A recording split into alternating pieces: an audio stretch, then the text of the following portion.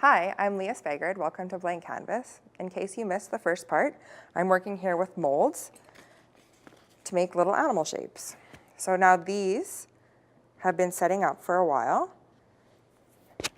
This pink and white one is going to be a unicorn, and he's ready to get cut out. So I'm going to bring him over to my working station and follow back along the lines.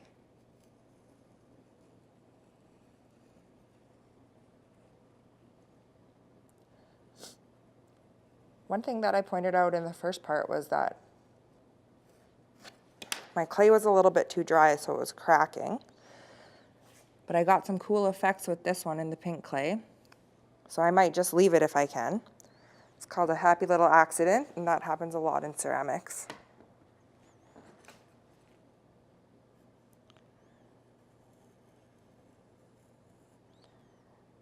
Okay.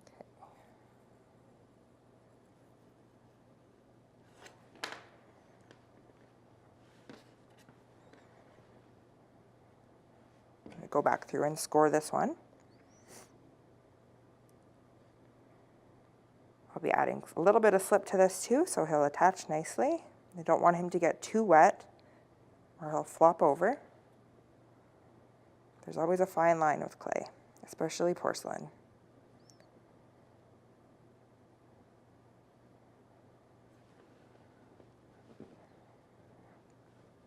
One nice thing about working this way is that you can kind of be a little less gentle with it because you're going to attach it together.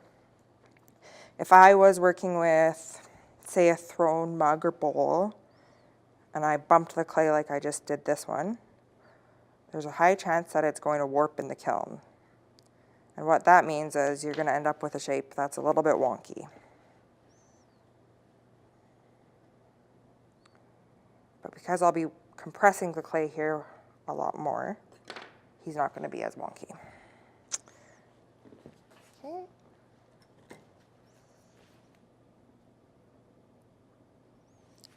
I want enough slip in between all the little crevices that it attaches good, but not so much that I have a sloppy mess.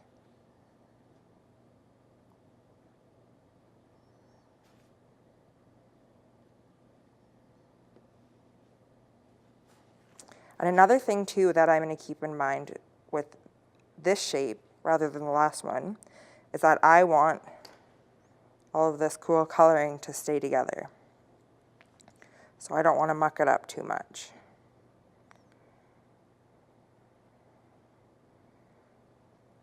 Okay, ready to attach.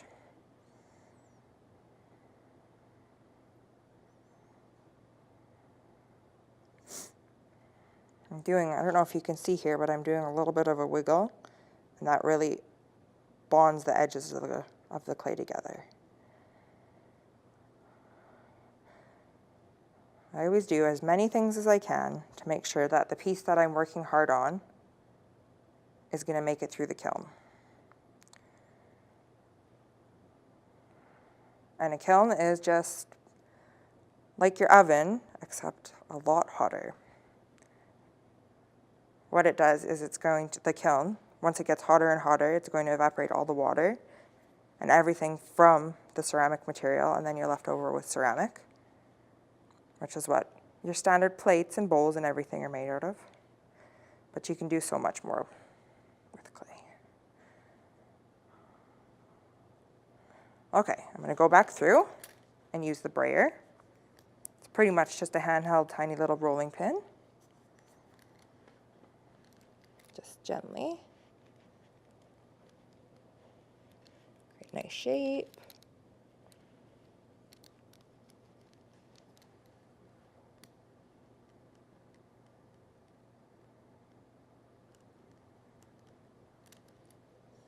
You can see some slip coming through here, which means I made it a little bit too wet, but that's okay. Okay. Back through. This is just adding an extra layer of strength. But I think what I'm going to do with this and these scores is use the pink clay. And it'll just add a little bit more color to them.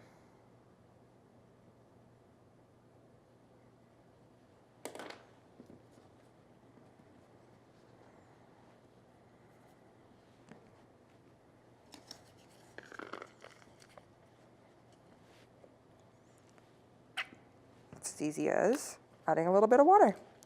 Then I can mix this in.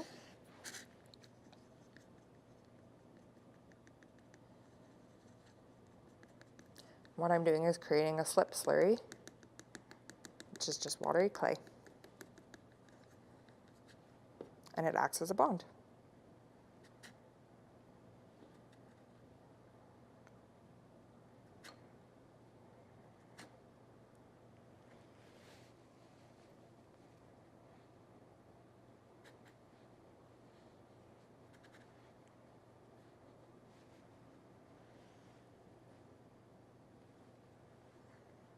Should be good.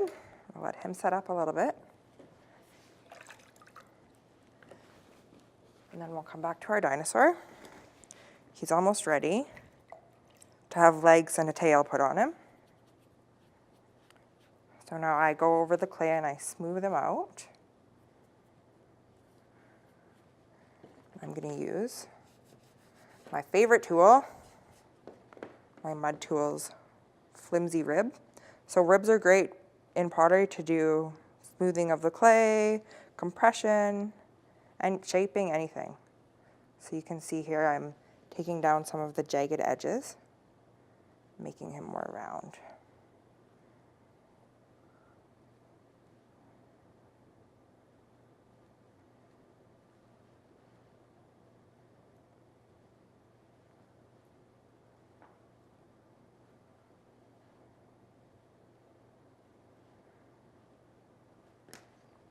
Now usually I do this multiple times to really smooth out the shape.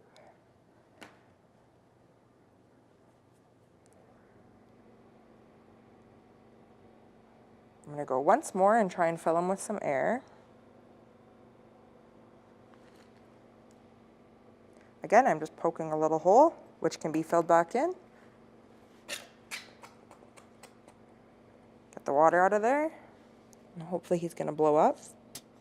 Yeah, you can kind of see him going. There we go. Fill in that tiny little crack there. And same with the hole where he put in his nose. Okay. Now, we'll let him sit for a minute, and I'm going to make some legs and a tail. I'm just going to do this by rolling a coil. So I just take the clay in my hands, roll it on the table. I don't want his tail too long, but I'll start here. And see, that should work about right. Now I'll take and work the shape. I want kind of a cone shape.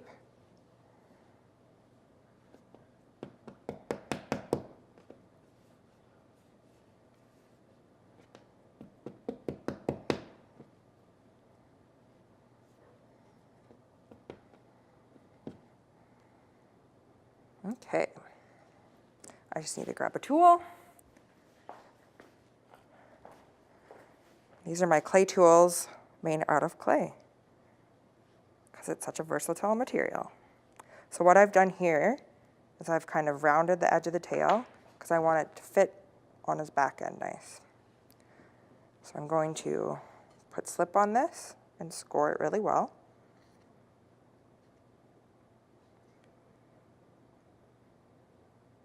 And I'm going to do the same where I want him to be attached. So the reason that I slip this first is because I can see where I'm going to attach it, and then that's where I know that's how I know where to score it and put some more slip on.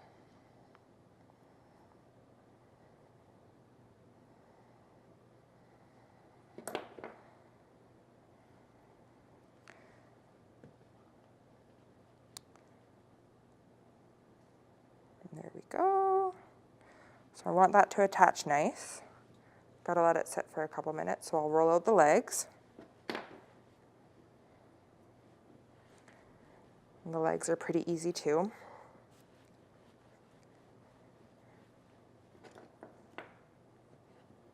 Some pink clay in there.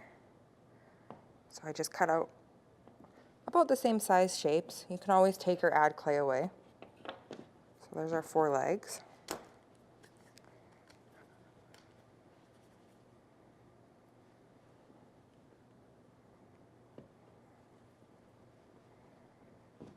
Just kind of shape it on the table before I attach it to the dinosaur. This also helps because it's best to leave the dinosaur with the tail sitting there and not disturb the clay while it's setting up together.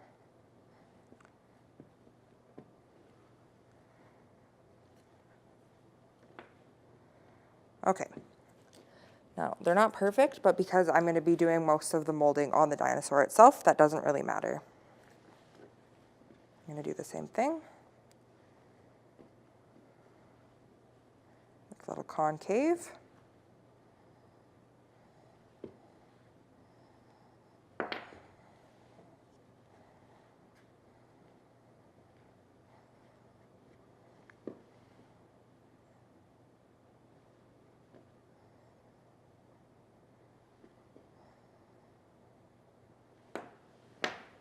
Okay, now before I attach those legs, I am going to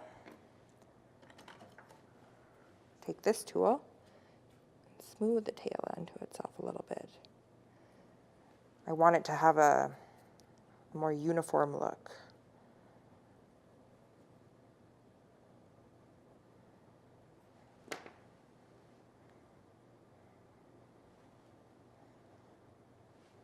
Okay.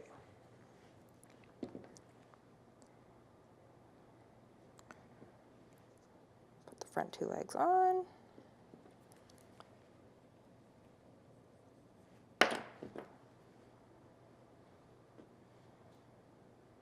And the back 2.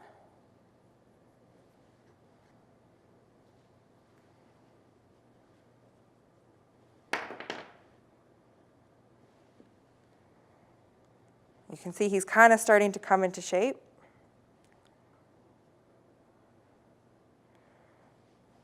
But not quite yet.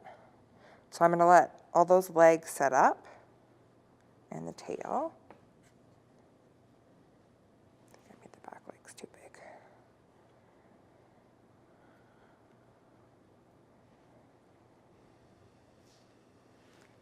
We'll let him set up and then go back to our unicorn. Okay, and with this one, I really want to be careful of all my pink marbling that I've put in the clay. So I'm very gently going to work the edges of it.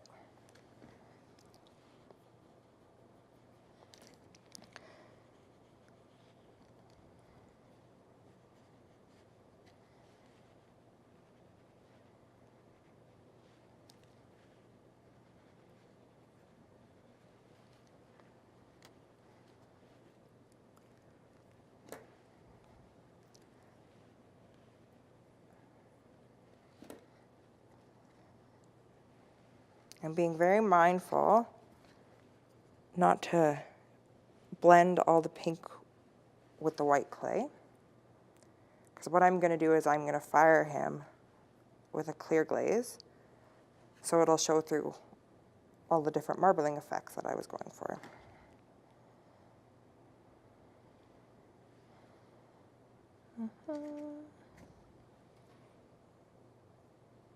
Now I do need a little bit of slip to fill in this little area here, but that's going to be as much as I want to use.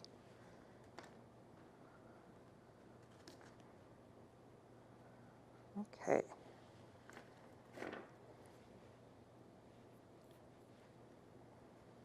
And again, I want to try and get as much volume as possible.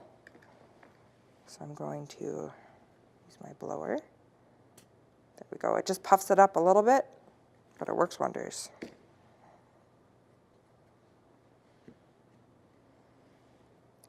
Any little holes. And now I'm going to let that one set up. Come back to the dinosaur. You can make sure his legs are attached really good.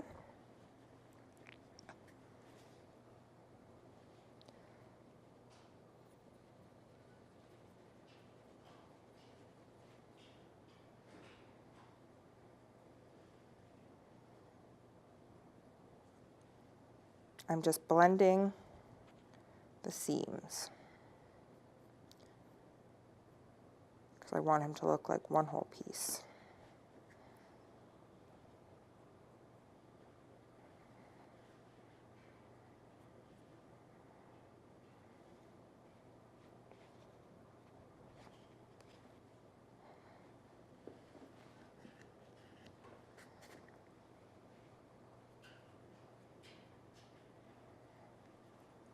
And now that he's all attached, this is the fun part.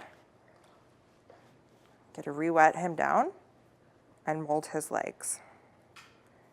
And this is where he'll really start to take shape.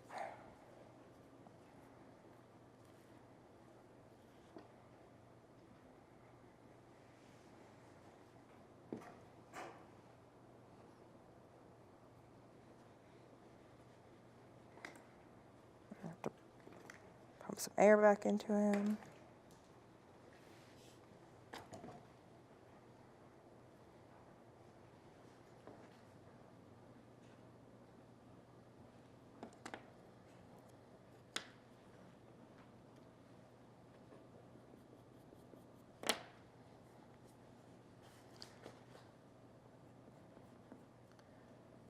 Got a couple wonky places in his tail, so I'm just going over the clay to try and smooth it out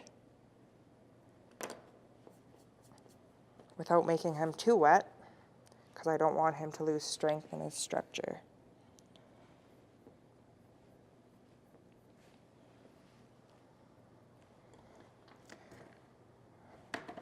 And what I can do too is add a little bit of clay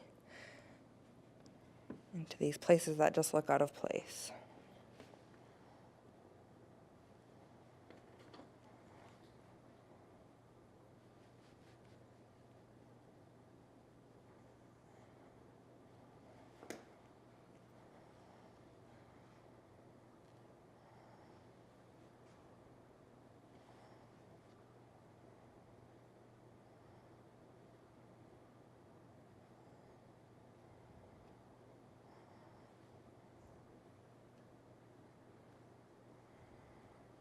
I like to check in too. I have him sitting on the leaf, so.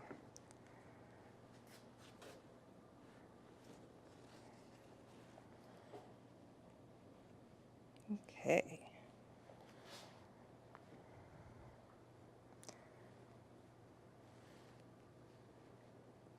Add one little piece of clay there.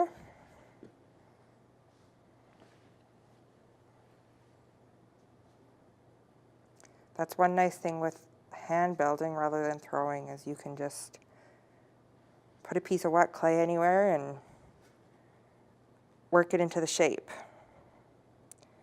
If I was throwing on the wheel, it doesn't work as well to do that.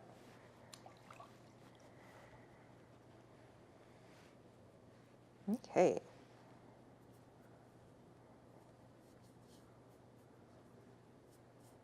Smooth them out nicely.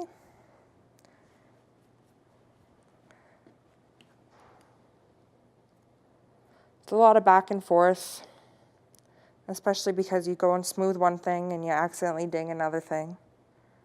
But clay's easy that way. You can usually go back through and fix your mistakes. Okay.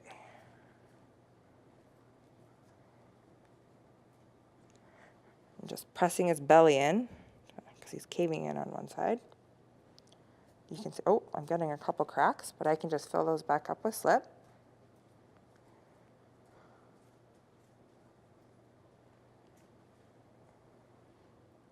There, and we'll let that set up for a little bit.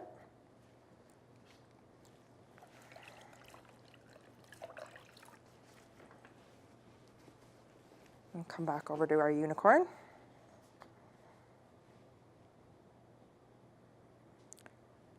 Smooth out his back. And then we're going to do the same thing with the dinosaur that we did. Make him some legs.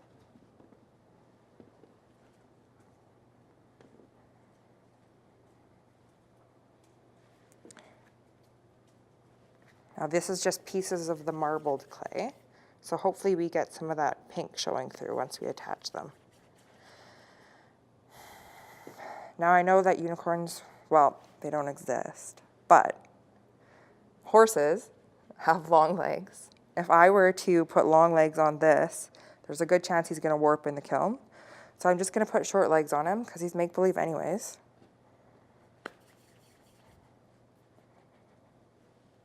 Get 4 legs going. I'm doing the tail last on this one because it's going to be finer, just because it's made out of hair.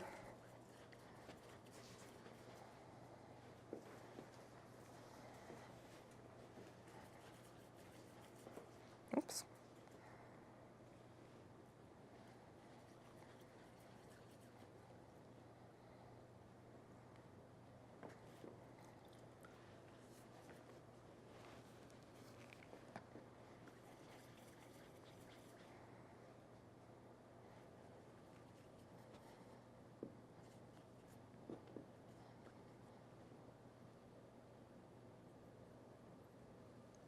Again, I'm just rounding those inwards to fit the shape of the body. It makes the sculpting a lot easier after the clay sets up.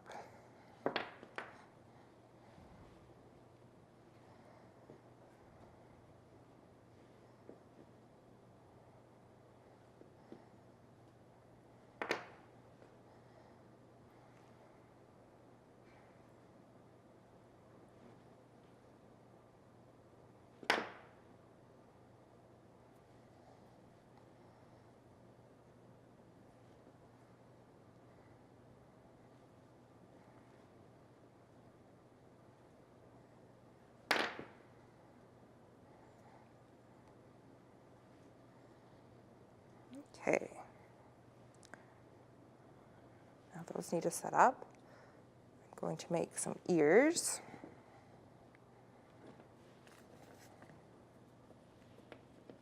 So I'm just using part of the leftover slab from earlier. Roll it out a little bit thinner.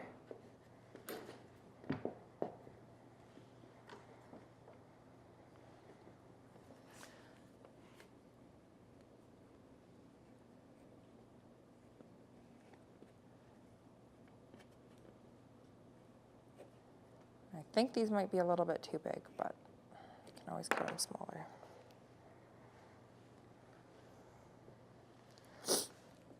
Yeah, they're way too big. It's always better to cut bigger than it is to cut smaller, because then you have to start over again.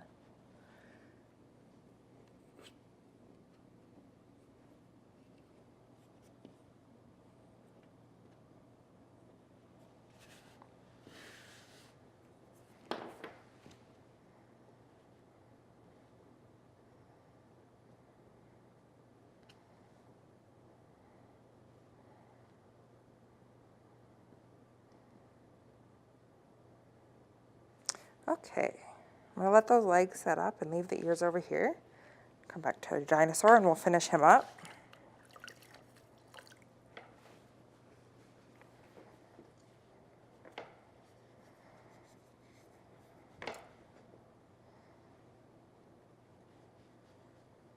Just go back through and fill in all the crevices. Shape his legs.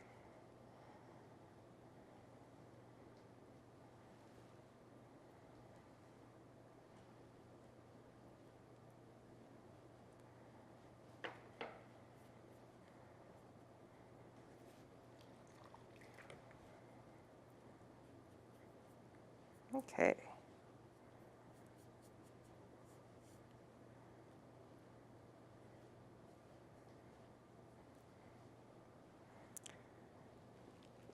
And he's about done. Until the clay is dry, I can't really do much more. But once the clay is dry, I'll go back through and I'll refine him with my sponge.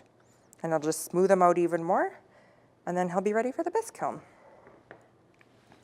So there's the dinosaur and the leaf piece. And once he's a little bit more set up too, because I want him for incense, actually I guess I can do that right now. I'm gonna have a hole somewhere in his back so we can stick the incense in. And then the incense stick will stick up, and he has a little tray.